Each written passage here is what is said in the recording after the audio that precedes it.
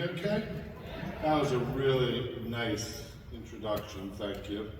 Thanks to John and everyone here at Erie for having me. It's totally weird and cool to come here up the road from Pittsburgh where we shot the film, Katanning, where we kind of created this epic. And it was 2000 and 2001 that I spent about 9 months here in Western Pennsylvania, and we made this piece, and it's a long time ago yet. It feels like yesterday, because I think what the movie was trying to explore has just gotten more real, more unreal, deeper. There's more questions in the world, there's more energy swirling around, there's more Mothmans and Indrid colds and all sorts of crazy stuff that the world is into even more of a place of like questioning what's real, what's not real, what do we believe, what do we not believe. And that goes from what we see on our screens, in between the screens, and as well as in our hearts. And there's a lot of stuff going on.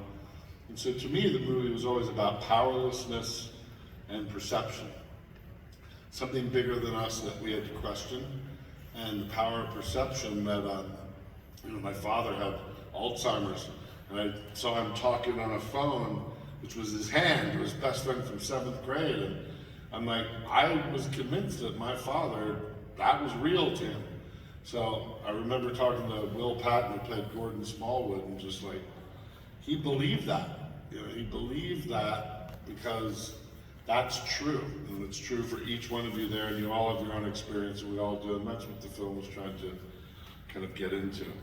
So before we start, I want to just read this thing that I found, because we got all sorts of really, really cool, special stuff that I'm selling, but in a way I really want to give back to the community of people who like this film, and all that stuff has never been seen. It's been sitting in boxes in my office and on my walls for a long time, and I think it's time to give the movie back to the world. And this is something I wrote to the studio and the financier before we made the movie, and I want to share it with you, and it kind of speaks to the movie now. My goal in the Mothman Prophecies is to increase emotional drama and elemental themes of emotional and mental vulnerability, fear, and psychic sensitivity. The entity known to some as Mothman is drawn to these emotions because these are the emotional killers. This feeling underlines all the scenes. If he senses grief, he smacks his lips, ready for the kill. If he detects weakness of mind, body, or spirit, he bristles and we feel him. Is he right behind the pilot when he crashes, or was it simply the engine failure? Was it a cause or the energy surrounding? Mothman preys on the primal human sense of fear of the unknown, because he knows more than we will ever know or care to understand. Our fault as people is that we try to know everything. We try to have every angle figured out with a rational explanation for every event and every action. It just simply isn't that way. From the beginning of time, there are too many tragedies and terrible disasters that we can simply ask why. Mothman knows that these things happen because we caused them, because we're human and they happen for reasons we can't always explain. That desire to know is what pushes us. John Klein wants to know, he wants the answers.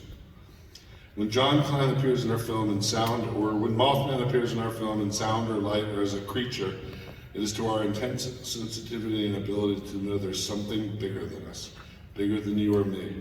Sometimes you just have to act, not think, live and move on, and stop trying to know everything and start trying to live.